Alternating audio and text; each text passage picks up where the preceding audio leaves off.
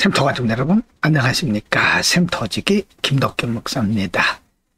오늘은 요한계시록 15장 1절부터 8절까지고요. 우리가 그동안 공부했던 인재앙, 나팔재앙, 그리고 마지막 대접재앙인데요. 16장에서 마지막 대접재앙을 말씀하기 전에 15장에서는 대접재앙에 대한 예고의 말씀이라고 보시면 되겠습니다. 15장 1절부터 4절입니다. 1절. 또 하늘에 크고 이상한 다른 이적을 보매 7 천사가 7 재앙을 가졌으니 곧 마지막 재앙이라. 하나님의 진노가 이곳으로 마치리로다. 2절. 또 내가 보니 불이 섞인 유리바다 같은 것이 있고 짐승과 그의 우상과 그의 이름의 수를 이기고 벗어난 자들이 유리바닷가에 서서 하나님의 검은고를 가지고 3절.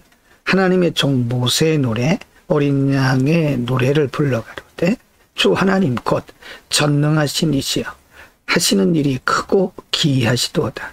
만국의 왕이시여 주의 길이 의롭고 참되시도다.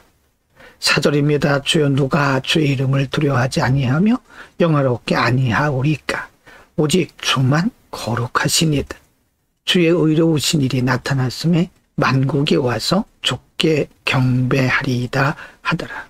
마지막 대접재앙에 대해서 말씀하시기 전에 또 환난을 이기고 벗어난 하나님의 백성들의 모습과 그리고 찬양의 모습을 보여주고 있습니다. 이것은 이제 많은 환난이 시작이 되는데 그 환난 가운데서 믿는 자들에게 끝까지 인내하고 끝까지 믿으라고 하는 소망과 용기를 주시기 위한 말씀이라고 보시면 되겠습니다.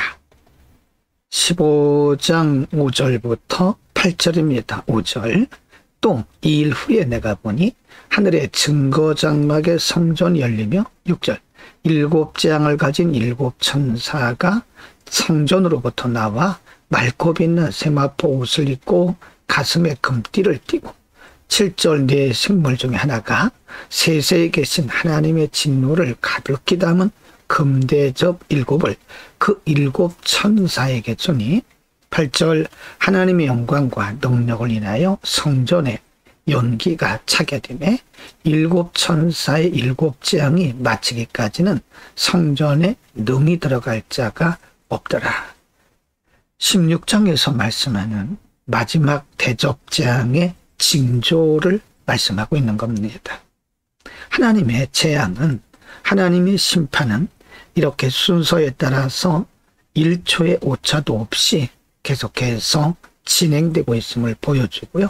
또 다르게 말하면 우리 믿는 자들에게 있어서 예수 그리스도의 재림의 징조가 이렇게 분명하고 선명하다는 사실을 알려주고 있는 겁니다. 오늘은 16장에 일어날 마지막 대접재앙의 예조로서 이미 하나님께 구원받은, 그리고 666표, 즉 짐승의 표를 받지 않고 환난을 벗어난 이들, 혹은 환난에서 승리한 자들의 모습을 보여주고 있습니다.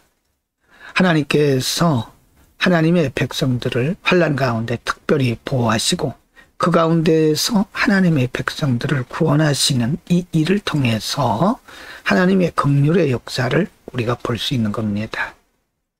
많은 환난이 이곳저곳에서 일어나서 많은 사람들이 고통을 당하고 어떤 이들은 죽음을 당하게 되죠. 그러나 그것은 다른 편에서 보면 하나님께서 구원하시기로 택정한 자들을 부르시는 하나님의 부르심의 역사라는 거죠.